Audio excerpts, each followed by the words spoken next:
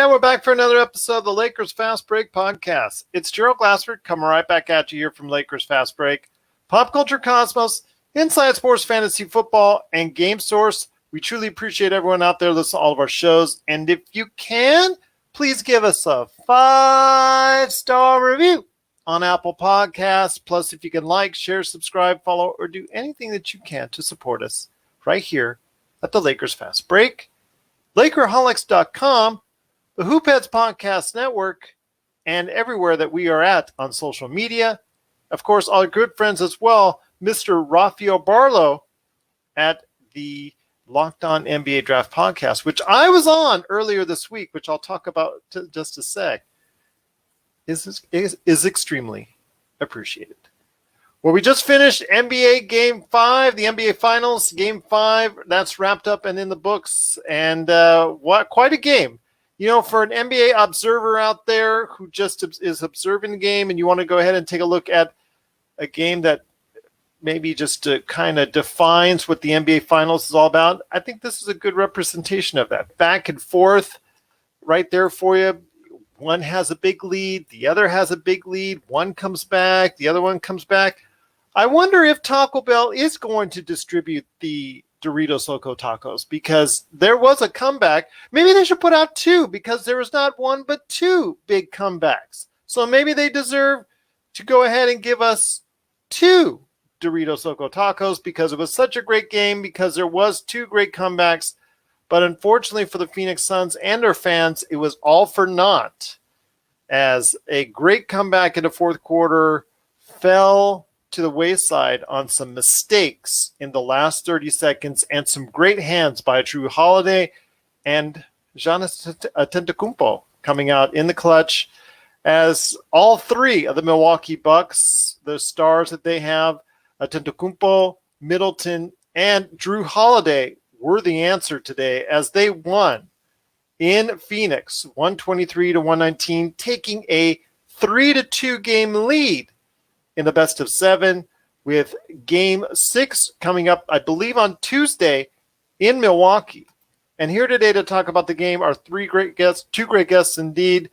First up, it's the man himself behind Lakerholics.com. It is LakerTom. We've already got Felix. How are you? Albert, I hope you're doing well as well, my friend. Great to have everyone here. Thank you so much. I want to go ahead and say LakerTom. Felix is saying go Dodgers. You know, LakerTom, it's go Yankees. With me, it's go Angels.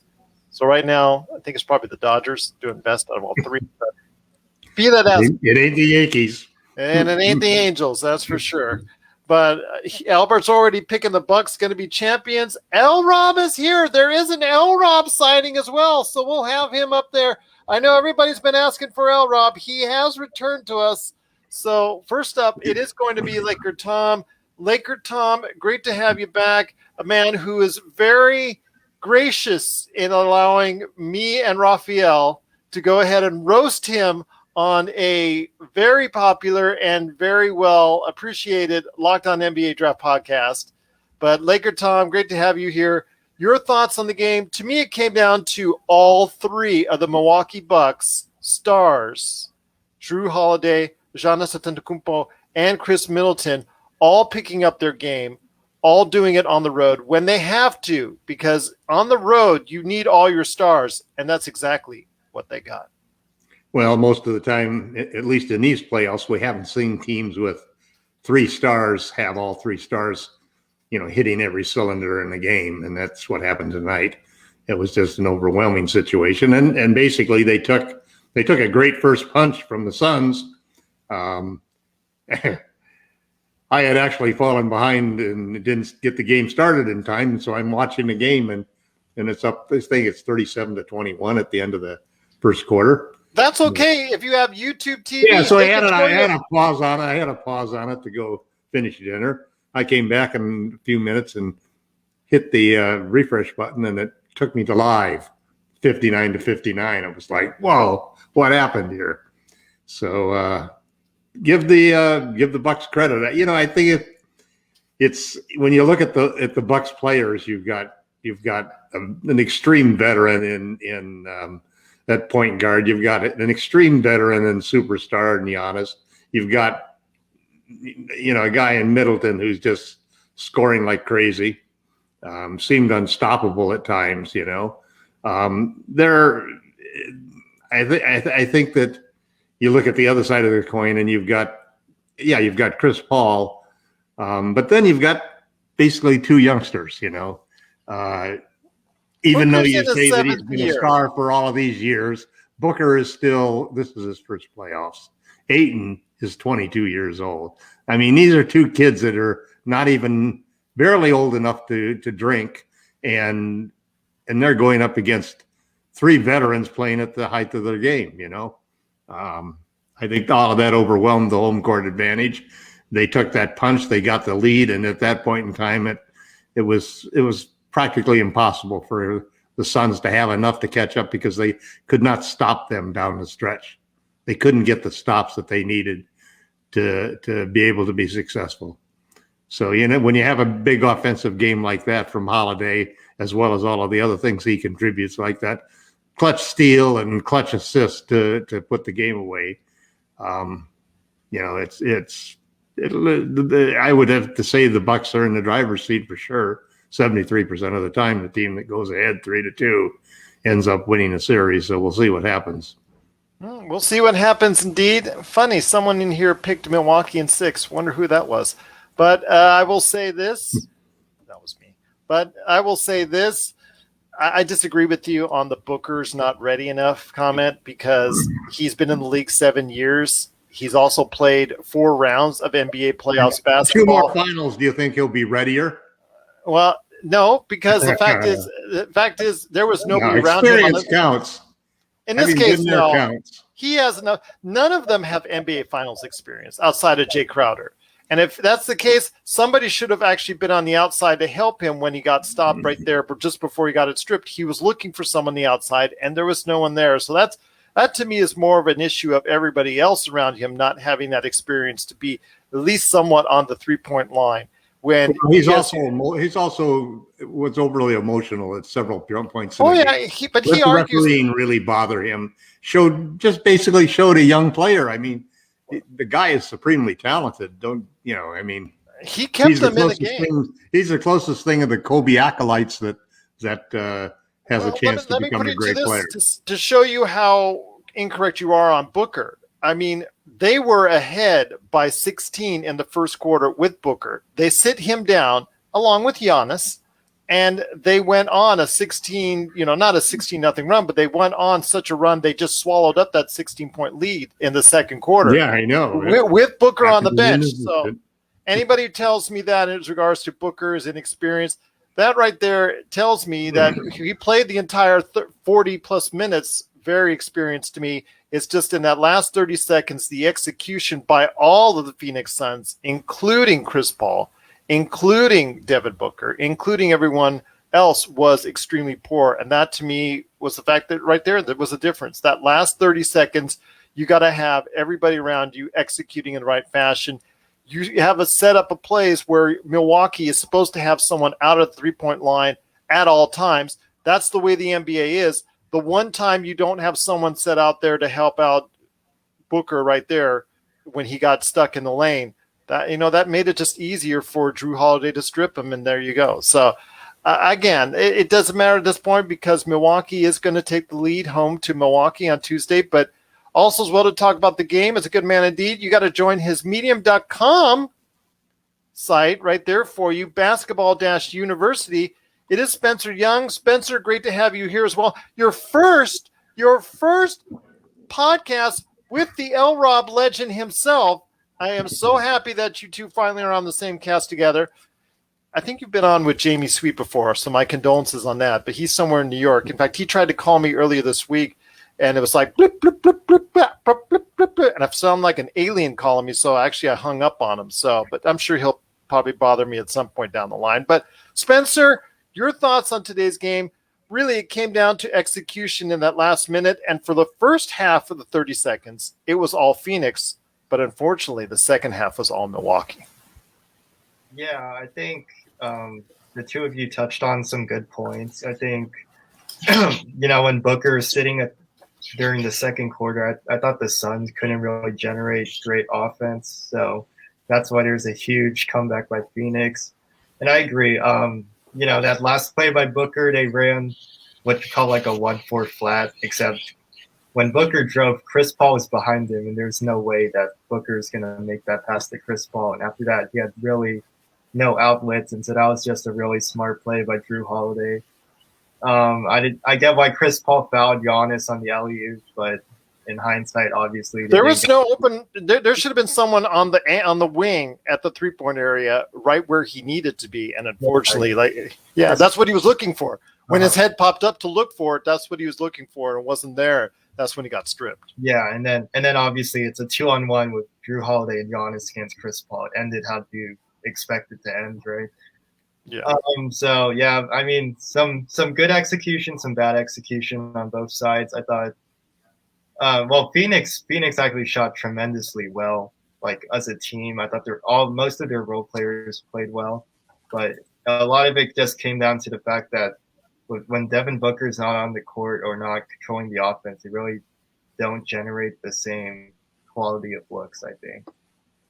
Yeah, well, you're telling me how well they shot. In fact, both teams shot extremely well. But let me ask you this, Spencer, before I hit it to the LRob man himself. How do you shoot 68% from three-point area, 55% overall, 90% from the free throw line, and lose? Okay, well, obviously you let Chris Middleton, Drew Holiday, and Giannis dominate, but I mean they weren't great. They weren't very good defensively. I didn't think they went zone for a couple of looks. It wasn't great. They didn't really control the offensive board, and they committed a lot of fouls, and that's been a problem for I think 3 games running now. So those are the 2 things that they really need to fix if they want to stop the Suns. Absolutely, and they've only got one more game to do it if that's the case. If they've got to go ahead, and now the urgency is there. They've managed to lose 3 straight, but also here today to talk about what's going on with Game 5, and a critical Game 5 it was. Actually, very good from NBA observer standpoint. As an NBA fan, I thought it was an excellent game. The comebacks were great. The excitement was there. The crowd was hot. It just – you couldn't ask much more outside of maybe LeBron actually not sitting at the game, watching the game. You would actually like him participating in a Lakers jersey in the game. But outside of that, great man is here indeed. He returns to us after many calls by our fans out there to go ahead and come back. It is a man with the Detroit Red Wings hat on. It is LRob. And LRob, great to have you back, my friend. And first off, let me be the first to say on this show, a hearty congratulations to you and your future missus who said yes. So I'm very, very happy to say I'm just so thankful for everything that's gone on, you coming back to us, and, of course, my wholehearted congratulations. Thank you. Thank you, Gerald. It was, as an NBA fan, when you see games like this, it really gets your adrenaline flowing. It is, it is the game that we've all fell in love with, played at the highest level. So I just couldn't. I had to talk to someone about it. So I was like, let me see if I can join the podcast tonight. So when Monty Williams at the end of the last game, he said, "We beat ourselves, guys. It's all correctable. We gave up 20 more shots. So tonight they both had the same number of shots." He said, "We had too many turnovers tonight. Milwaukee actually had 3 more turnovers than Phoenix." So they corrected all of the things, most of the things that Monty talked about. The boards were pretty even. They didn't get beat up on the boards. But this is the Drew Holiday we've been waiting on, right, guys? I mean, you guys are in Southern California. You're out there in Pac-12 country. You've seen Drew way longer than I've been seeing him. This is the guy that I knew. This is the guy that I seen defend Dame Dollar and take down Portland and those guys years ago. This is the one I've been waiting to see, who can play defense and score the ball and run the show. People talking about he's not an effective point guard. He can do that. He can do everything. There's nothing on the basketball court Drew Holiday can't do. Now, can he do it consistently at the elite level like some of the other guys? Maybe not. But he's certainly better than he's shown so far, and to me, in the playoffs. So this is what I was waiting on. This was the Drew Holiday game. How many guys are going to go in there and risk fouling Devin Booker I mean, games on the line, you're up 1 point. I mean, he go in there and he get arm or something. You know, people are looking at him like crazy because you had him stopped. He didn't have anywhere to go. But Drew, I mean, he went in there and took the gamble, and then he threw an alley-oop. Yeah, you're throwing it to Giannis, so you really have to overthrow him to not execute that, but still take guts to not just hold the ball and and to play a little more conservative. So I was really happy for him. From all I know, he's such a good guy. So I was just really, and I've been a fan of his, so I'm just really happy to see him have his best game at this moment. This will be a game, and some of those plays will be plays that people will be talking about 20 and 30 years from now. Bucks fans will be talking about that like they talk about Kareem Skyhook and some of the other big plays in Bucks history. So great game. Like you said, Gerald, for Phoenix to shoot nearly 70% from the three.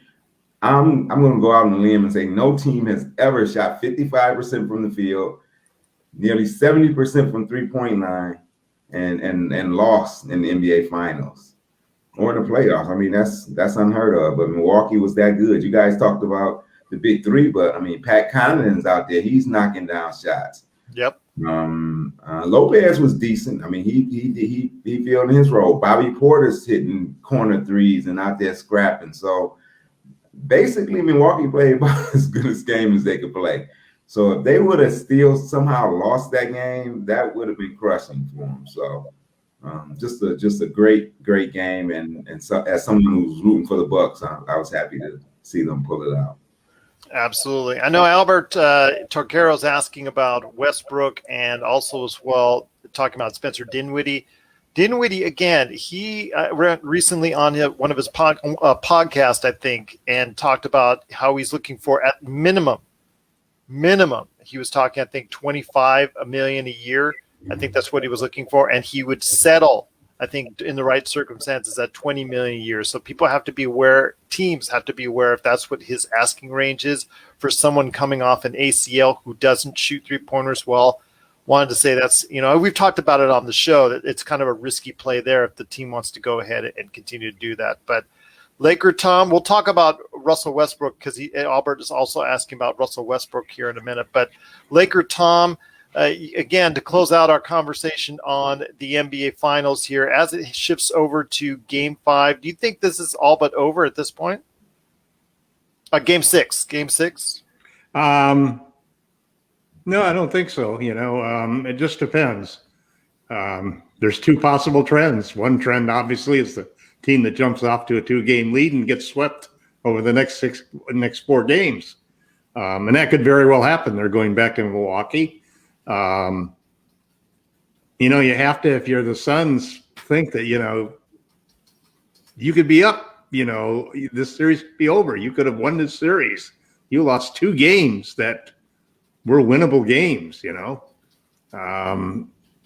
and a lot of it was clutch veteran play at the end of the game, in each situation.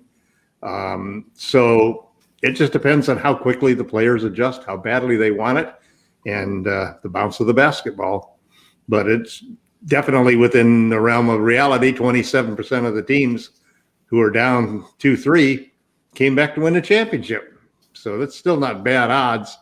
And I think like any time you look in these games, it comes down to the stars having great games and the guys like Connaughton draining those threes. I mean, he has been just deadly in the threes. And it's been a great series for anybody who wasn't just dedicated to wanting to have big market teams in there, because the quality of basketball has been outstanding. The quality of clutch shots that these guys are making, the consistency of great offense beating great defense. It's everything that a good fan of modern basketball would want.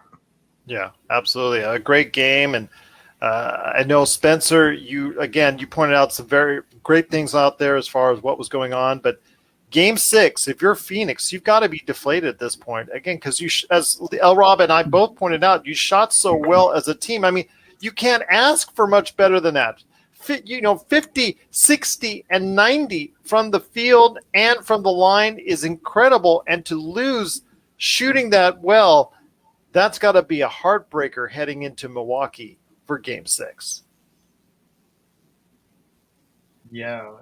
Yeah. I mean, going to Milwaukee, that's going to be a tough task because you already know, like, the atmosphere. If the Suns arena was rocking, the arena in Milwaukee is going to be just as loud. And yeah, obviously all of the pressures on them, and I'm like, you blow a game like that, it can make or break a team, I guess. So I guess if Phoenix is really a championship team, we'll see it in Game 6. But if not, I mean, you blew the 16-point lead, and you blew the 2-0 series lead. Absolutely, I agree with you on that. I mean, we'll see what Phoenix is made up. They never have no one to look at but themselves. Their constant mistakes, turnovers in Game 4 was an issue. They've had that game, and they had a chance to go ahead and really do a number in both Games 3 and Game 4. They had their opportunities. They had their opportunities, but to go ahead and just not get it done. But LRob, before we go ahead and head on Russell Westbrook real quick, because I want to touch on that, please let me know your final thoughts on this game and what you're looking forward to from Game 6. Because if you're a Phoenix Suns fan, you really can't get better than how you played on everywhere else except for the defense. Yeah. Like Spencer said, that final play call was the 1-4 flat, and that's man, they had just scored the last two. They got Booker on a good curl, and he hit the 3, I believe, to cut it from 6 to 3. That was a good play call and an incredible shot. I thought he was kind of gassed, and for him to still be able to have enough to hit that 3, and then Chris Paul, I believe, came back and had a good ISO and went to the basket for a bucket. Yeah, I don't know about just clearing it out for him on that last play call, but I mean, it's easy to second guess. That's hindsight. As far as to look for, it's going to be crazy, man. Phoenix will really, really have to. I mean, to me, they got the benefit of the whistle in some games. They've been getting away with being a little more handsy, and I can't see them being able to get away with some of that in Milwaukee.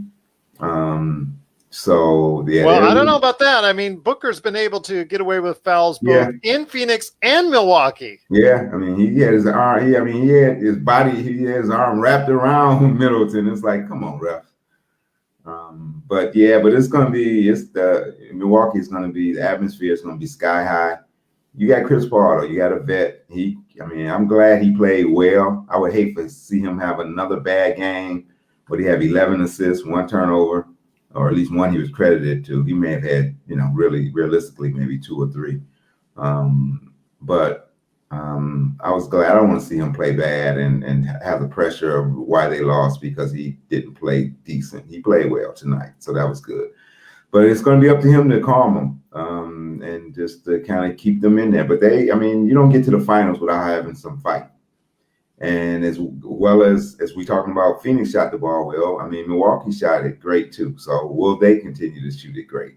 Yeah, absolutely. Yeah. So just on the line, they struggled from the line, but that's obviously a Antetokounmpo.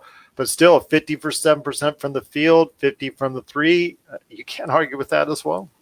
But I think your prediction will come to fruition. I think Milwaukee will wrap it up in 6, and then we can move forward and really start looking forward to the rest of the draft and free agency and all that good stuff. Yeah, that one is what I'm really looking forward to. And hopefully they'll go ahead and finish it off, prove myself right, prove Jamie right. Oh, my gosh, that will be the hard part for LakerTom to swallow, is that both Jamie and I will be right. So, yes, go ahead, Tom. Go ahead. I'll unmute you now. You got to root for a Game 7. I won't be rooting for a Game 7. No. I know ABC will be rooting for a Game 7, but that's just because ratings are up as per from last year. So hey, it's a strange year. It's a strange year. 2 teams that probably ain't going to get back into the finals for another decade. Why not have a Game 7? Why not? But you know what?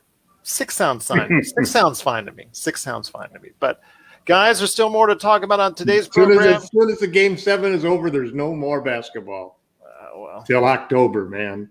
Well, no, because there's Olympics, then there's Summer League, and then You there's know, we can't go to baseball, not with our teams. yeah. Well, again, there's still basketball. You just got to find it, got to search out for it. The Olympics are coming, and we'll talk about one of LakerTom's most favorite players who just got selected on the team here in a second. But I want to hit you up with this because it was asked in our chat from Albert to Gerald. He asked about Russell Westbrook. I know Russell Westbrook's a name, LakerTom, that you and Spencer have both thrown around a little bit. But if you want to commit to him as a third star on your team, A, he doesn't shoot well, and B, correct me if I'm wrong, with what he is per year, you do become hard capped if that's the case, and you trade all your assets for him in return. No, I don't. If I'm not Can you mistaken, get away with it? if I'm not mistaken, he has 2 years left on his contract, or at least a year and an option. Yeah. So he's a tradable. You can get him without a sign and trade. Okay. But no, I mean, obviously it's impossible to receive a sign and trade player making more than $22 million a year, because the only way you can do that, he makes 46 million, I think. Yeah, so I'm saying, how much in the assets do we have enough? Can't do that. He's automatically over the hard cap. It'd be an illegal trade, but you don't have to hard cap to get him because he's got a contract. He's under contract. You just have to give Washington the assets. Yeah, so you got $26 million with Kuzma and KCP. You sign Harrell for $14 million. That's gets you up to $40 million. That's a trade. Good God. Yes. All right. And it's a good way for Harrell to get more money than he'd normally get. You know? Yeah. Because the Lakers the Lakers, assuming that they actually would do this, want Westbrook and feel that they can win with him. Yeah. And at the same token, Washington would love to get something for Westbrook and get out of the contract. Absolutely. That would be just so great. I can't wait. Well, but yes, it can be done. But it can be done. It can be done. It can be done. It's just going to create a little bit of salary cap gymnastics, as it were. So it's going to create what's called luxury taxes. Okay. Well, Spencer, let me ask you this: would you be interested if Russell Westbrook falls our way? No, not at all. I mean, I posted like a link to one of my articles on Lakerholics, and I had someone commenting on the fact that LeBron making $41 million a year was going to create like salary cap issues. So, you add in another $41 million in Russell Westbrook, who he's old, he's getting older too, and his production's declining. So yeah, the salary cap issues would be bad. I think you have to cater a team to Russell Westbrook, and we're not going to cater to him, obviously. No, he'd be the number 3 on our team. And the thing is, do you want to make a guy who has to have the ball so much and cannot shoot well? Yeah, you need a team who has who gives him the ball, spaces the floor, and plays like good perimeter defense to make up for. He's slowing down on that, and I just think even at best, like, let's put aside salary cap concerns, I think his skill set is just too much overlap with LeBron. I think what LeBron does well, Russell Westbrook does well, so you don't need more of it. LRob, you've been shaking your head. You concur with Spencer and LakerTom? Yeah, I can't see Westbrook in the purple and gold as being a good fit. Like Spencer said, there's too much overlapping of talent. He needs the ball in his hands a little too much, and I can see it now in the end of the game. You're trying to get the ball to LeBron and AD, and Westbrook guy is right there in one of those guys' lap because they're not worried about him knocking down shots. So he's still a great talent and an all-star. And I mean, it would take a great coach to figure out a way to incorporate him with the Lakers, and I don't think we have that coach that could figure it out and do it. Maybe if we had somebody like a Larry Brown or somebody that can get Westbrook to play the way he would need to play with the Lakers, then it might be worth that gamble. But yeah, not as we're currently constructed. I agree. I just think it would be too hard of a fit. Plus, you're creating a situation where the shooting is just become even worse, and you need to start opening up a little. And we see even tonight, even when you are shooting well, there are issues there, but still, to me, it just makes it a lot easier for you if you have shooters out there that can open up the space for LeBron and AD. I think this would have been a type of game where maybe LeBron and AD could have taken advantage of a situation where they would be hitting in places where Phoenix obviously wasn't. So I don't know. It seems to me like that would be a hard fit for Russell Westbrook to become part of the Lakers. But I'm not going to say it's out of the realm of possibility, because that's the type of thing that garners headlines during the offseason. That's the kind of thing that takes momentum and builds momentum. So I'm not going to put it out of the realm of possibility, but I certainly don't think that would be the best option for the team as well. But guys, there's more to talk about on today's program. Again, Team USA in turmoil as we head over to Tokyo, where unfortunately Bradley Beal has bowed out of the Olympics, and I feel bad for him because he was really looking forward to this due to health and safety protocols. Also, Kevin Love, in a total non-shocker, was a shocker that he was actually on the team, but a non-shocker that he realized he was not in good enough shape to actually play on Team USA, and admitted that when he bowed out. So they were looking around, and they asked a lot of individuals who are probably somewhere out there vacationing somewhere in the world, Mediterranean, Greece, Italy, there's somewhere out there. Those players are out there. Watch out for them. But then there's also the individuals that they tried to find and say, you know what, are you in shape enough to go ahead and play for Team USA? And Keldon Johnson, good player. I think he was on the team select team that was practicing and scrimmaging against Team USA. So they got a chance to really good look to go ahead and check him out. And I know his affinity with, obviously, Greg Popovich, coach of the U.S. team, helped his alliance and helped him get onto this team. So he was selected on the team. But to LakerTom's surprise, I'm sure the second name on that list was somebody that is always talked about on this program, and that's JaVale McGee. So LakerTom, I'm going to start with you first. I got to admit, I was surprised. Of all the individuals that were out there that weren't vacationing, that were ready to go and play for Team USA, the name I did not think I would see being added onto the roster was JaVale McGee. Well, congratulations to JaVale. You know, I've always liked JaVale as a player, as a character, and he's at various times been a valuable player on the Lakers, and I'll always be grateful for that. I just am not a fan of low post defensive centers. Basically, I think that they hinder you in a modern game and so forth. But I would say, though, that it does make sense, because that's one of the weaknesses that team has, that they don't really have any rim protection or vertical threat, underneath the basket, and that's something that can help them against the Europeans. Isn't there like 10 fouls allowed? Is it 10 fouls, or that's summer league? How many fouls are allowed for? 5 fouls for the game. FIBA rules. FIBA? Okay. You foul out at 5. Okay.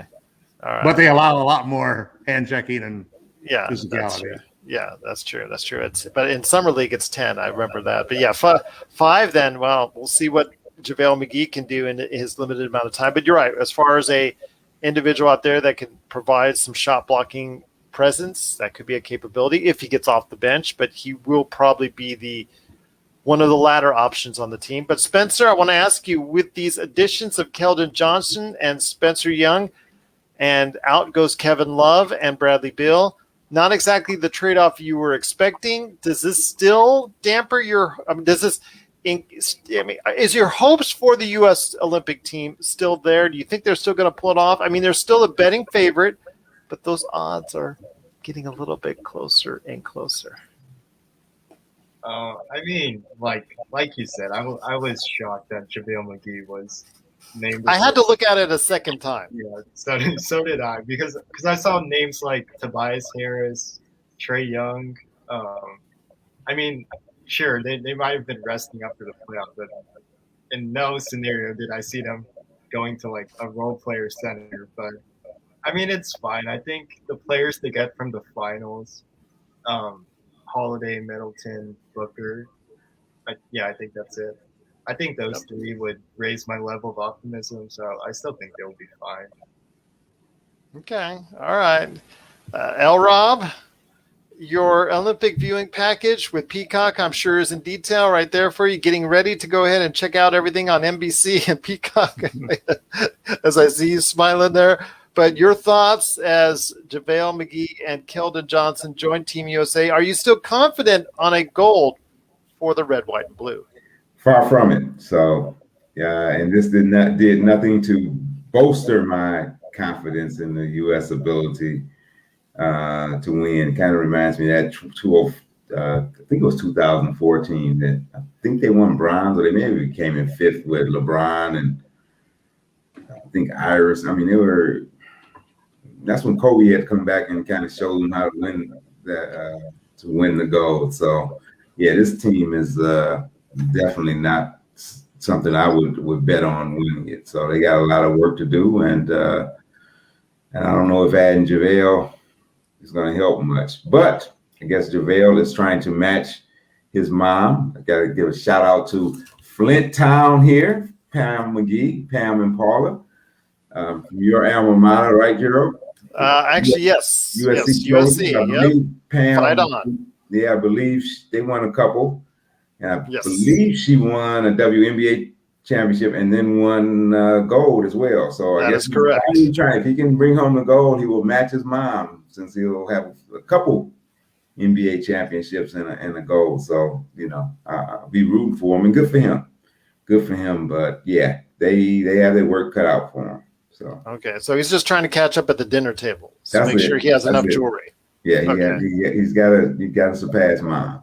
Okay, fair enough. But yeah, the McGee twins were great, very underrated in the, I guess, the annals of basketball history. Period. I mean, always talk about Cheryl Miller, Lisa Leslie, and obviously Diana Taurasi, who was in the new movie Space Jam: A New Legacy, which we'll talk about here in a sec. But yes, I am still kind of nervous myself after the showing so far. I know they had to cancel one game due to COVID protocols against Australia. I think they have one more game that I think they're going to play on Sunday before they head on out to Tokyo.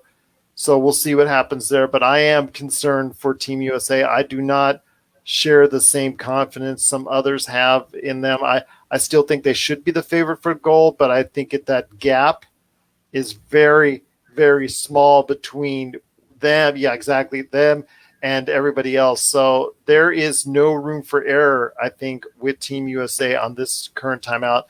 They've got to stop doing iso ball as much. They got to start playing more of a team game. And it's so funny because that 3-point area international is shorter. It's in between where a college and where a pro game sits.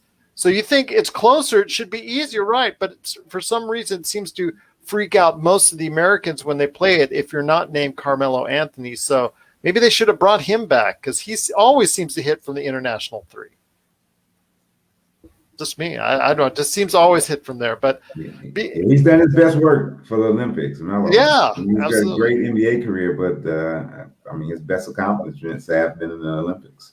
I think if the international three was the three by the NBA, Carmelo would be the all-time leading scorer because he absolutely could not miss from the international three. That's always saw him chucking it up and always just making it from there. I just absolutely love that closer range. But be that as it may, we'll see what happens in the not-too-distant future, and we'll report on the ongoings of Team USA in the Olympics here at the Lakers Fast Break.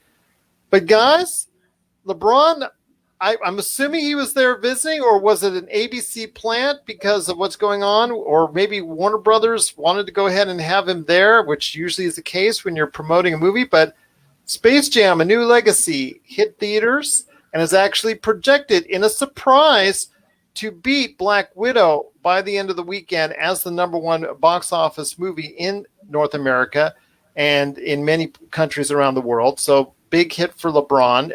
I think garnering over a $30 million haul, which is going to be the largest family-oriented film of the pandemic. So kudos to LeBron. The reviews have not been very kind.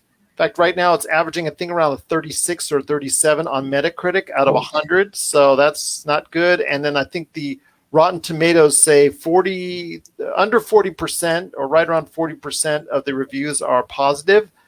I can tell you, I have seen the movie. Have any of you guys else checked out the movie as well this weekend? I see 3 heads shaking, so I'll just leave it at this. I will have more to say on it this weekend on the Monday show for the Pop Culture Cosmos, but I will say that if you're into animation, if you're an animation buff, this is cutting edge animation that they used. It also took all your favorite characters from the Warner Brothers Looney Tunes regime and really did a number on them, really helped spice it up. It shows you what the animation will look like in the future. It is a moving, walking, running, jumping commercial for everything Warner Brothers. So if you ever wondered what was in the library for Warner Brothers, as far as the IPs it has, whether it's Harry Potter, The Matrix, and so much more, all that stuff there, you will see it time and time again, plastered in front of your face. The story itself tries to evoke a lot of that same, I guess, importance as far as a basketball game that they did with Michael Jordan's Space Jam 25 years ago. It doesn't resonate as well. I think that's the problem.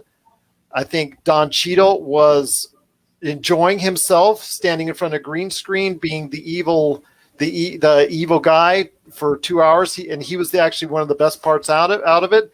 LeBron, all I'll say is this: it wasn't train wrecked for him. If people remember the movie and his appearance there, he was very lauded for that performance. He will not be lauded for this performance. And there are some other issues I had with it, but overall, the animation style I think was really, really something to see. But I give it an okay. I give the movie an okay, because again, forever how many lapses the story had, the animation for me more than made up for it. So there you go. But I can see why people are dumping on this film if you're not a big fan of it. So just will say that. But yes, if you are into great animation or you want to just see how they thought of new Space Jam in a new format, in a new time span, in a new generation, go ahead and check out Space Jam, The New Legacy. That's available on HBO Max and also theaters as well. So, guys, that was my tit for tat right there on Space Jam: A New Legacy. Are any of you guys going to go check it out at least? Maybe? Probably not. Probably not? No. You're not no? Eventually, maybe. Just eventually, but not probably not anytime soon with me. Spencer? No? Not resonating with? No? Why not? I guess I'll go. Spencer's a young man. He's a young guy. He'll check it out. Well, Old geezers like me and Tom, yeah, it's hard for us to, yeah. All right. Well, it's got some, I guess, some positives in it. Don Cheadle was really, really cool. He seemed to be enjoying himself. I'm a big fan of Cheadle. Yeah, it's funny though because he got an Emmy this past week for being on the Falcon and the Winter Soldier, and he was only on the show for less than 2 minutes, and he got an Emmy award out of it. So, and he can't even believe he got it. So, there you go. But he more than makes up for it in Space Jam: A New Legacy because he carried the film to whatever respectability it's got. But yes, that's Space Jam: A New Legacy. But guys, before we head on out, I wanted to go ahead and talk a little bit about PJ Tucker. You saw him tonight in Game 5, crucial Game 5, guarding Devin Booker the predominant amount of time. He usually picks up one of the best defensive assignments that are out there. He's relied upon a lot. Kind of gets lost on offense, does still hit the corner jumper every now and then, but he's not counted on too much in the offensive end. But the thing is, I'm hearing more and more, and I'm also reading more and more about rumors that he might become or be interested in joining the Lakers with the MLE. So I want to hear your thoughts, LakerTom, LRob, and Spencer Young, on this. First off, I will go to you, LRob. PJ Tucker, he has done an outstanding job, but he is 36, if I'm not mistaken. And if that's the case, you would have to probably sign him for maybe a multi-year contract because that's probably what he'll be looking for in free agency. Your thoughts on PJ Tucker signing possibly with the Lakers? I'm sorry. I've just I'm not the one to go out and get guys that's that long in the tooth. So PJ can still defend if he want to come over for a veterans minimum and somebody that we can plug in to play 10 or 15 minutes of tough defense. I mean, he's not the defender he once was. And at that age, he's not getting any better. So no, I would pass on PJ. He gives everything he has. He just doesn't have it anymore. I mean, is he really impacting Devin Booker game? I think Booker was slowed down some when they finally switched Holiday onto him. And then I believe that Chris Paul, even on that last drive to cut it to 1, I think that was on PJ. And he attacked PJ's body and scored on him. Yeah, when Drew was helping out and got the steal, he was doing it off ball. He came from off ball, and that's when he had started. PJ Tucker was the man he was going against him. He's still a very good position defender. But no, I want to get younger. I mean, you're already going to have LeBron, who's long in the tooth. So no, give me somebody with a little more youth and athleticism. Unless PJ just wants to come along and he's going to just take a vet minimum. But no, I don't want to use my exception for him. LakerTom, I don't, and I agree with LRob on this. I think that's the case, that if they do go after him, it would be. I don't actually think he'll end up being on the Lakers because he's going to be looking for the summer a 2-year deal, probably looking at somewhere in the MLE. I think he's going to think that he has a lot more time left than what some others are estimating. Your thoughts on spending that kind of money for PJ Tucker? Because I don't think he'll be signing for the minimum. I think there might be a situation where he signs with a team and then, like what happened this year, he gets cut because he has to get cut, and then he gets signed by the minimum for the Milwaukee. But that's a different story altogether. But do you think he would be of interest for the Lakers? Well, first off, he's going to win a championship, very likely. Which so he doesn't need a ring chase. So he doesn't need a ring chase, which can affect the decision that he makes in a situation. I'm actually in love with the idea of PJ Tucker on the Lakers. One of the things that I think is the biggest offshoot of this news that Mark Stein broke about the Lakers looking for a real difference maker, playmaker at the 1, so that they can move LeBron to the 4 and AD to the 5. It opens up the opportunity for more shooting and defense to be put in the lineup than we could get with anybody that we'd plug in at center, because already then you have the best power forward and the best center in the business. And if you match them, it all depends. I mean, I could see a scenario where the Lakers brought Lonzo Ball in on a sign and trade, and because it's a sign and trade, it would hard cap him. And I could see that as long as they had Ball, who's a prolific 3-point shooter, that maybe now's the time to throw Horton Tucker in there at the 2 and say, let's prove that you can be a star, and give him the minutes and the opportunity to do it. And you get PJ Tucker for the MLE, and it's going to be the taxpayer MLE or the full MLE, which hard caps you also, because it's $9.7 million. He's not going to sign for $6.8 million. And I think then you got a 3, a 4, and a 5 that are actually interchangeable. Each one of them can guard 1 to 5, and can guard all 3 levels. So it's the core of and you add Lonzo in there. And even though Talon hasn't shown, I constantly see him getting beat by quicker players. And sometimes it takes him time to get that long lumber body, to move and to follow a player. So he's not the type of guy that can hug somebody like a cornerback and stay with every move they make. But he's got this exceptional length, and he's got, and he's exceptionally strong. And when you put his size and Lonzo's size together, along with with PJ Tucker, LeBron, and AD, I mean, I think you have a monster lineup. Well, I would something going back to what we talked about on a previous program with Lonzo Ball. He still doesn't love to go to the rim.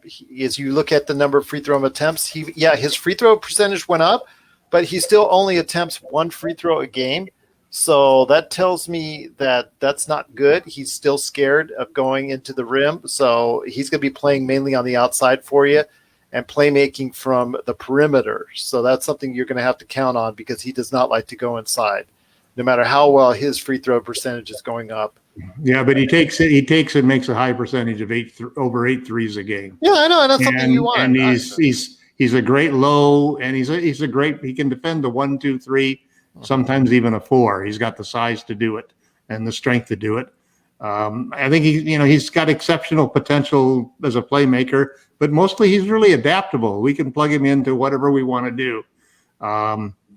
Good size. I think there's a good chance that the Lakers may decide that he's not good enough for them to hard cap themselves.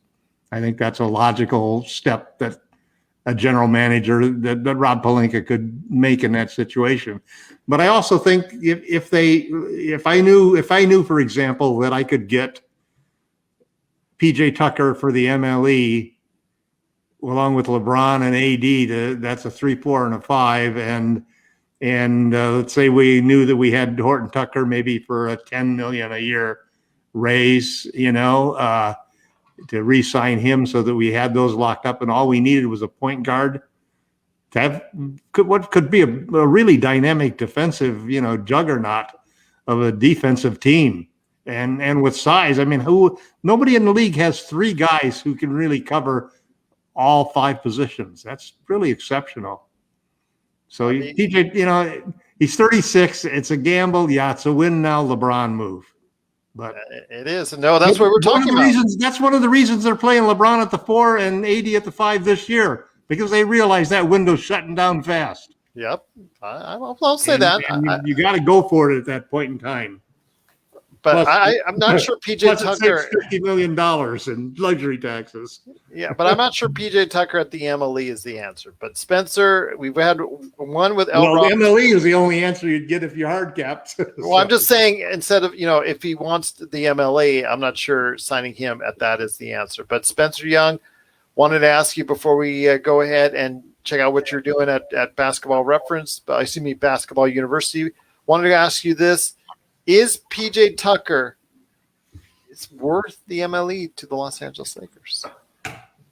I think personally, I think he's declined pretty significantly this year compared to his Rockets days, and I'd say his value is closer to the biannual exception, which I know we don't have, but I think hypothetically, that's the amount I'd rather. Well, we have it. It just belongs to Luol Deng. That's all.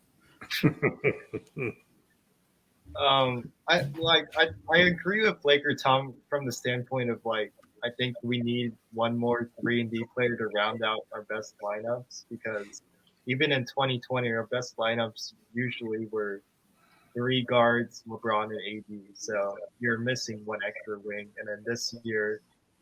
I guess it's debatable where our best lineups were, because we had so many centers out there the whole game. But yeah, I think he's a good fit, but I don't think he's worth the MLE. And he was reportedly irate with the Rockets, so over not getting a contract extension at 36 years old. So I think you alluded to this. We'd have to offer him a multi-year deal, which I wouldn't want to do. And I guess the final part that would lead me to say no is that I'd rather, if we're gonna be hard capped, I'd rather just throw the MLE at Otto Porter Jr., who I think, he's a better shooter, he's younger, he's more athletic. So, if I'm giving a multi-year deal, I'm giving it to someone else. Absolutely, and something Tom always says about, and as far as this is concerned, he's not. PJ Tucker is not someone who's going to chuck up 8 threes a game. That's the one thing. You like shooters that are going to put it up a lot, and PJ Tucker 3-4 times a game max. And that's really outside of his comfort zone. That's all you can afford if you hard cap yourself with Lonzo. Yeah, That's true. the problem. You can't afford Terry Rozier. You can't afford Buddy Hield at that point in time. That they'll throw you over the hard cap, and the only weapon you have is the MLE. Fortunately, you'd have the full MLE since you're hard cap from the sign and trade. So who else would you consider with a full MLE? What other candidate with a full MLE could fill that 3 slot? Otto Porter Jr. I think is excellent. I know if you take it, it'd be a godsend.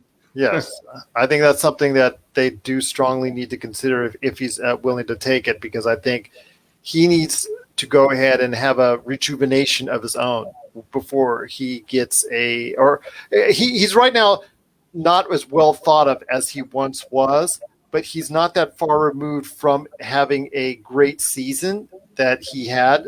So you could get a situation where he could be using the Lakers much as the Lakers are using him to work on their next contract, whether it's with the Lakers or somebody else. And I think that's what he should be doing right now. And maybe signing cheaper with the Lakers could be the answer. If he's an integral part of a Lakers championship run, as you might see with PJ Tucker this summer, that might be a lot of money that's coming your way. And that, people kid out there and why would they want to sign a 36-year-old to a multi-year contract with PJ Tucker? But if you're coming off of a championship team where you're a starter playing defense on the key offensive player for the other team, even at 36, people are going to be attracted to that. Teams are going to be attracted to that. So even if LRob and Spencer and I disagree with that, I'm not going to put it out of the realm of possibility for the Lakers that they could get seduced by that. And all it takes is a conversation from LeBron, or maybe watching him today at Phoenix as he was there in the stands. That might be one of the things that would take. I'm not at this point. I'm not out of the realm of possibility of doing one of those deals where it could be on the verge of a great choice for the MLE or a head shaking one. But I definitely think Otto Porter Jr. or maybe another choice would be a better route to go. I don't think there's any other better, more affordable choices. It changes if the big question for me about what the Lakers are going to do this summer that totally determines what happens after they make their first big trade is point guards. And you basically have to split them into 2 categories. On the one side, you got the guys who are free agents, and for free agency, and it costs more than the MLE. And every one of those guys is going to hard cap you, which is going to create a problem finding somebody for the 2 and 3. Unless you really believe that THT and Kuzma can be that solution, which I don't. On the other side, you have point guards who are under contract with somebody, and they're hopefully, let's say, they're available on the market. Maybe it's a Malcolm Brogdon, maybe it's a Terry Rozier, maybe it's even a Russell Westbrook. I mean, these are guys that actually have contracts that you can trade for them. We can go over the cap with it. We can use Schroeder. We can use Harrell as part of our tradable assets. But the question is there anybody among those point guards that's really available? I guess I'd have to say Brogdon would probably be the top choice. That would be mine. But if Brogdon wasn't available, who would be probably the next choice that we'd have? Who'd be comparable, let's say, at least in the same ballpark generally as Lonzo or Lowry, both of whom have real positives that they bring to the table. What if we could actually get, like we were talking about on one of last week's shows, Brogdon, Hield in your backcourt, and get Otto Porter Jr. as your 3? Would you be more receptive to that? You could do that if you can get the first 2.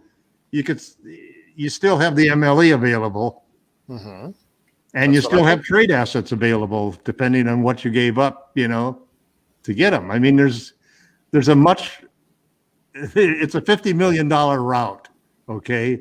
Yeah. 30, 40, 50 million. It'll be somewhere in there in luxury taxes if you go that route. And you can end up with a better team. Do you end up with you can end up with a better team. The big question is, could you win a championship with the other route if you got Lowry? If you got Lowry, let's say you got Lowry and you got PJ Tucker. Adding those 2, could you win it? I mean, it's not a team built for the future, That's for sure. Both guys are at the end of their career, along with LeBron. But for the next 2 years, when you're going with LeBron's last 2 years, maybe, that's not a bad bet. I mean, I could, as a general manager, I could see talking myself into it, especially if the alternative cost me $50 million more and wasn't any surer than rolling this set of dice or rolling that set of dice, to be honest. Injuries and so many other things, factor into to make it. But who else after Malcolm Brogdon do either of you three think would be a candidate that we could trade for? LRob?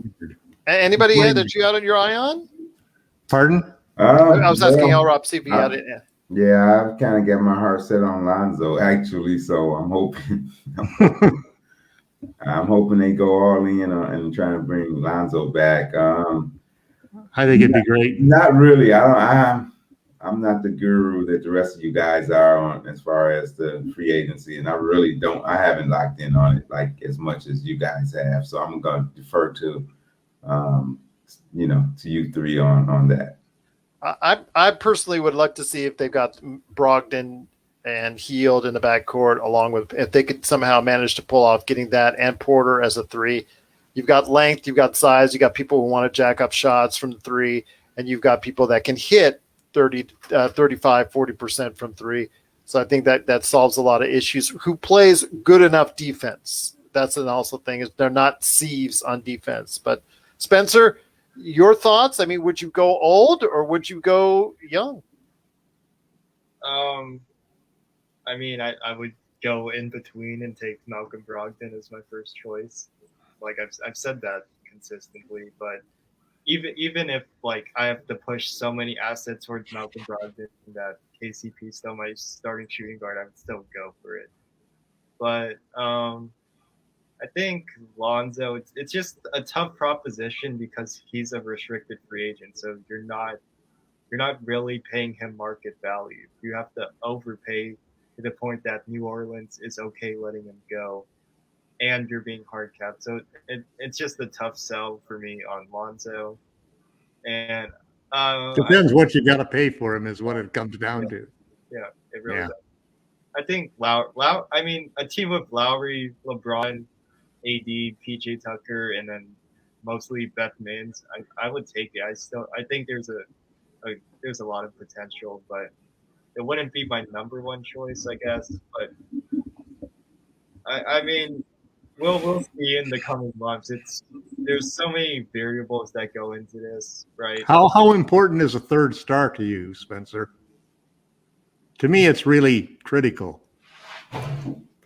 Well, I guess the thing is you have 2 top 5 talents, so it's lessened to a degree.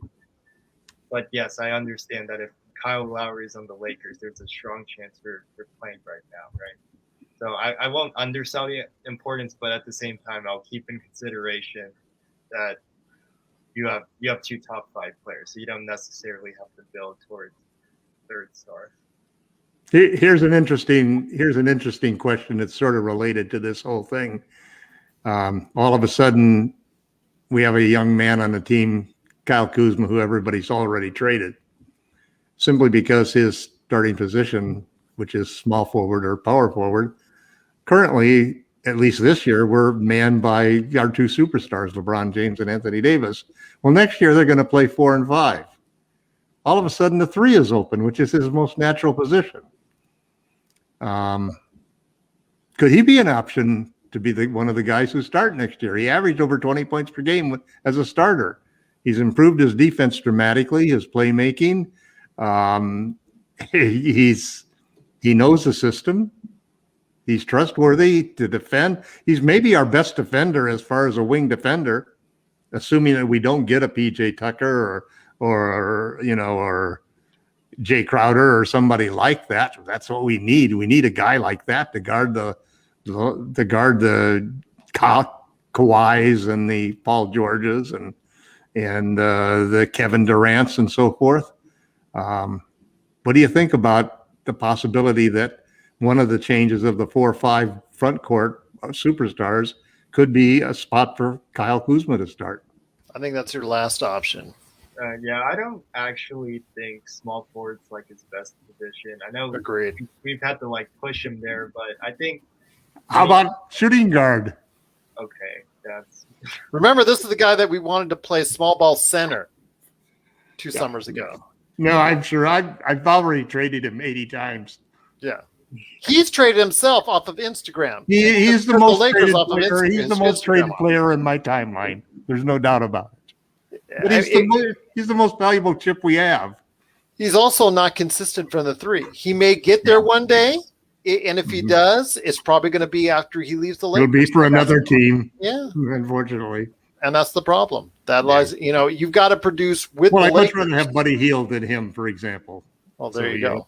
I think you just answered your own question there. The only problem is that you can't have Lonzo or Lowry and still be able to have Buddy and afford Buddy Hield. It just doesn't work. That's why I like Malcolm Brogdon. Malcolm Brogdon is the type of guy that in the playoffs could be really solid for you and make those good decisions and those smart decisions. Well, and you don't hard cap yourself. They should go after him like I'm almost like where Spencer is, man. Whatever you got to throw at him to get him to trade him. Yeah, do and it. Give him whatever he wants. You would still have the opportunity to get Hield, who can shoot you in a game and shoot you. Get 8 threes for you. Rozier, you get another 3-point shooter, and all of a sudden you're in a modern offense. Otto Porter, if you get him with the MLE, that would be tremendous. Getting him as a 3 right there for you, long. Good reach, can hit the 3. If he wants to stay healthy, and magically they sometimes, if you got a playoff team, they usually magically stay a lot healthier than when they're on, let's say, the Chicago struggling Bulls right now. So yeah. Also, too, it's notice they're playing for a contract.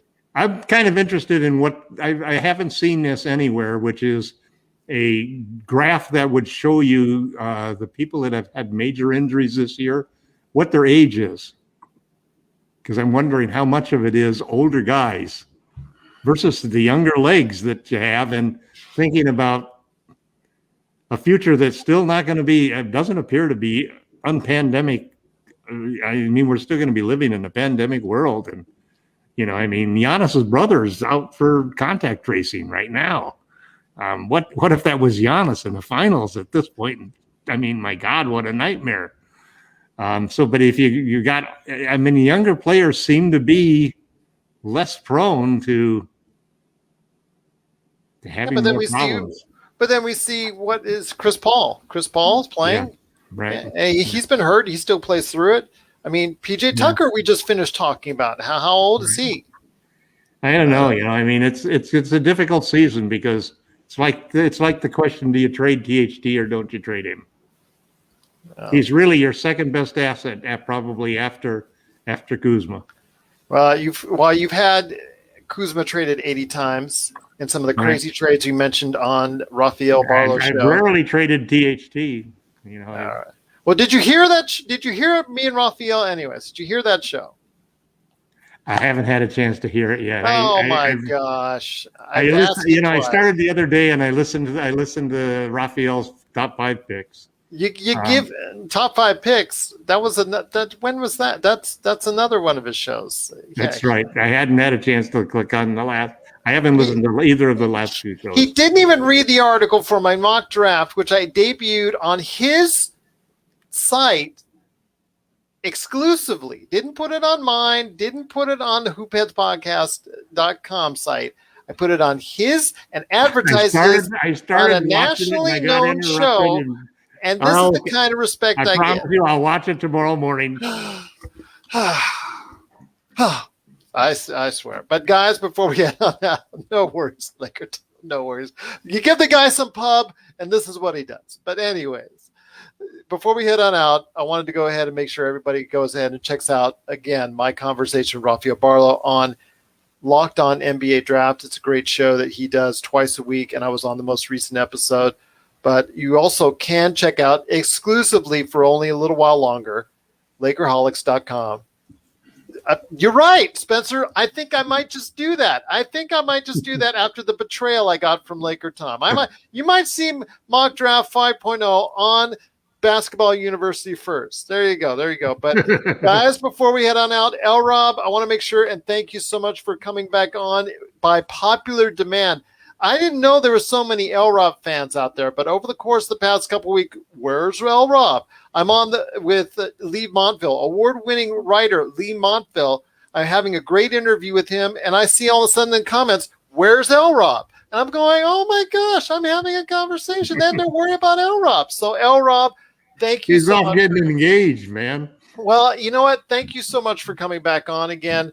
Great to have you on one more time. Looking forward to have you on, hopefully for Game 6. Is that a possibility? That's a possibility. Absolutely. Okay. Absolutely. Yes, I have been a little busy, so I do miss being on with you guys, and thank you for having me. I do want to say this though. I do not think there has been an NBA champion that has started two guys 35 plus.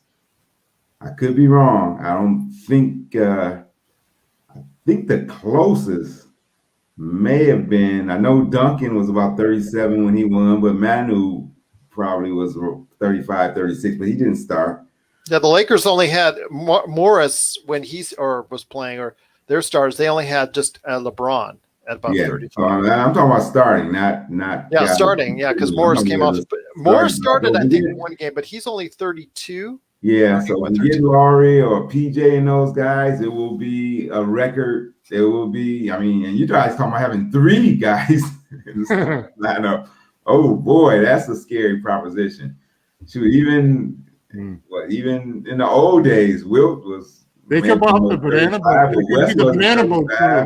Russell might have been 35. Or Sam Jones, that might have been the last time 2 guys that was close to 35 played an important role. So just cautioning you guys to wanting all of these guys it hasn't proven to be a recipe for success. So, well, what happened when we got Karl Malone and all those guys and all of those times we got these old veterans coming aboard who are going to take us to new championship rounds. Well, if it wasn't for Karl Malone getting hurt and Gary Payton getting hurt, well, I know everybody says that all the time, man. Yeah, but that's the whole point. When you're that old, the chances increases that you will get hurt. You got a lot more chance of getting hurt and taking a lot longer to come back. Yeah, that's true. That's just my 2 cents. So. Well, LRob, great to have you back. Again, congratulations. I have one bit of advice for you, though. Do not let Jamie Sweet take care of your bachelor party. Okay. Please. At least. You know, the way the man was driving the other day while he was on the air was, he's the guy you do not want running your bachelor party. He'll volunteer. Thank you. I'll keep Jamie in the dark on everything then. Fair enough indeed. But Spencer, you do such a great job at a place where I will probably, in fact, I'm going to do it. I'm going to debut my mock draft 5.0 because I have to now do it because they just announced with Jared Butler being cleared to play. He's going to go back into my mock draft. So my next mock draft, I will debut and send over to you because I just got dissed by LakerTom. But I will go ahead and send it over to you at the great site, medium.com/basketball-university. Besides a pending mock draft coming your way, what else you got planned at Basketball University? Well, I mean, I guess I didn't expect to be writing about the Bucks potentially winning the finals, but it looks like that's going to be the outcome. I just published an article about. Yeah, I know you predicted it all along, which is amazing.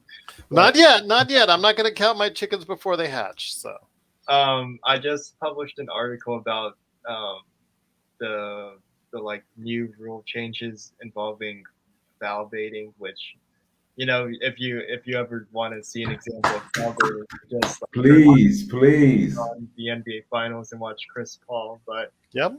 Yeah, I did a pretty comprehensive breakdown of like the ways people draw fouls and how the rule change might work. And yeah, I guess we'll finish out the NBA Finals since, you know, hopefully we're going to have more draft content than just your mock draft. And then we'll get into free agency. One thing I do want to mention before we get to LakerTom pitching LakerHolics.com is one thing that Jeff Van Gundy noted tonight was that they have not been calling defensive or offensive 3 seconds at all in the playoffs. He actually mentioned that it's been over a month for both. In fact, they only called, I think, what was it, offensive 3 seconds one time in the playoffs entirely, and the other one, defensive 3 seconds, they've only called. Last time they called it was June 14th, if that memory serves. So seeing that, they need to go ahead and say, is this going to be a thing or is it not going to be a thing going forward? And then the last thing is they do need to go ahead and take care of this 10-second rule with free throwing. It's ridiculous. Having the fans going ahead in chorus time and time again, you need to have them stop it because the fact is they're going to keep on mocking Giannis. And the only reason they're doing that is until he starts making them. Well, no, until the referees start calling the 10-second rule. I think that's the thing. If they call the 10-second rule on him on more than one occasion, that stops it. That tells him he needs to hurry up, and because it's becoming a joke. I mean, it's great fan interaction, but still, I think it's a joke of the NBA that they haven't done that yet. Because when it gets, you can say that they're counting too fast or whatnot. The fact is, they're counting it for a reason. It's because you're letting Giannis Antetokounmpo do that, and if you don't let other players do that as well, then you're favoriting Giannis, and that's the thing. Are you going to let all these players go ahead and go over 10 seconds to free throw? It speed up the game, count it the rule the way it needs to be counted. That to me is just it's quite simple. But Spencer, Spencer's really addressed the whole issue in his article because basically a lot of it is just the difference in how they treat fouls on the perimeter and fouls on the low post. And it's not just that they treat them differently; it's that they treat you differently if you're a low post player versus a perimeter player. So a perimeter player can get bumped even the slightest, even when he's down underneath the basket, driving to the basket, and it's a foul. That's the James Harden. It's the James Harden rule. And yet, a big man like LeBron or like Giannis, basically, when he drives to the rim and there's collisions, basically he always gets the benefit because he's an offensive player. It's the new rule of basically eliminate the guy like Harden does, where you veer on a Euro step, where the Euro step is intended just to get contact, so you get a 3-point opportunity, and the jump shooters who jump sideways to run into the defender when they're shooting, 3-point shots. That's all going to go away, hopefully, with the new rules. Oh, we'll see what happens there. I'd love to see the new rules implemented, but also these rules that they have in place implemented, period, and not taken advantage of continuously time in, time out. Why have these rules in place if you don't even call them when they're egregiously taken advantage of by a team or by a player? What about the flop rules? Wasn't it supposed to get penalties for flopping? I mean, that kind of went away.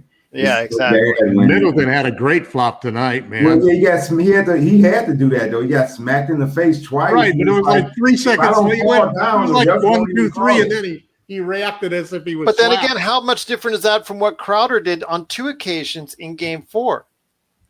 Yeah. When he got, oh my eye. One of them, you could clearly see it was like the soccer players who are the real fault for this entire situation. Yeah, you're right. Man. You're right. Yeah, they're pretty egregious overseas on soccer. Yes, and in fact, it's it got like to the point. Those 3 seconds that it took me to decide to fake that foul didn't really happen.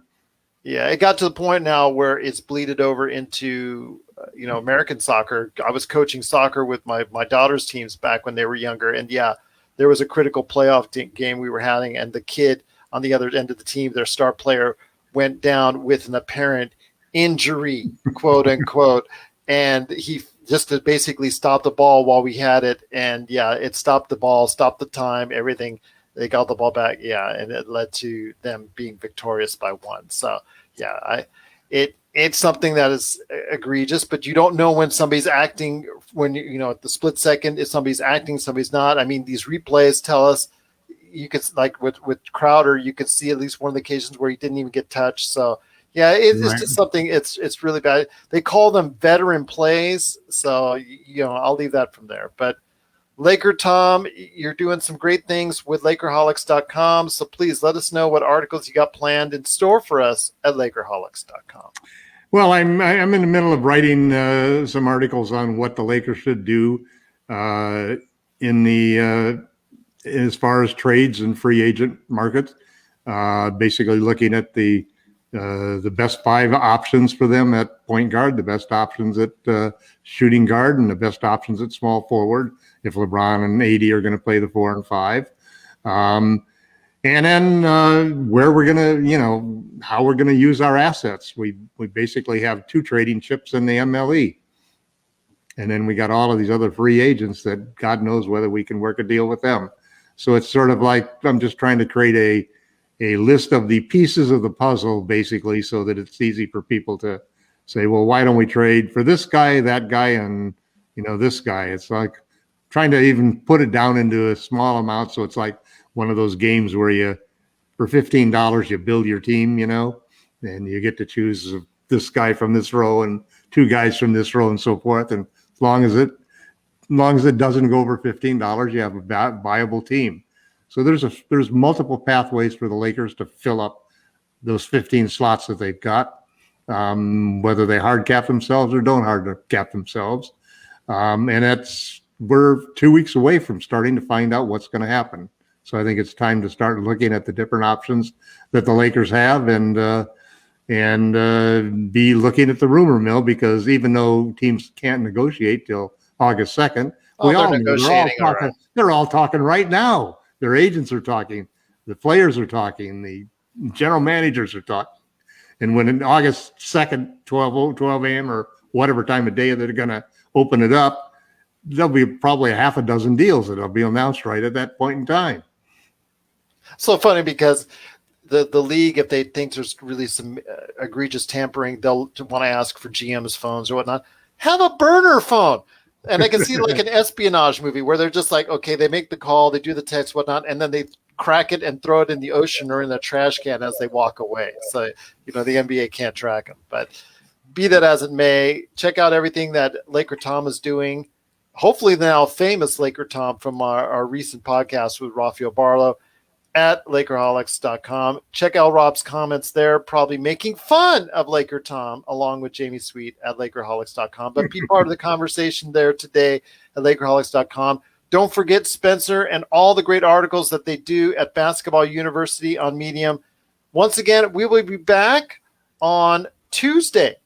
Is the next game, Game 6, a crucial Game 6. Will Milwaukee take it home all the way? Will our season end on Tuesday? We'll find out. Also want to say that mock draft is up in a written form at LakerHolics.com. I will be producing audio forms of the mock draft as well, so check that out coming up here in the coming days at at Lakers Fast Break.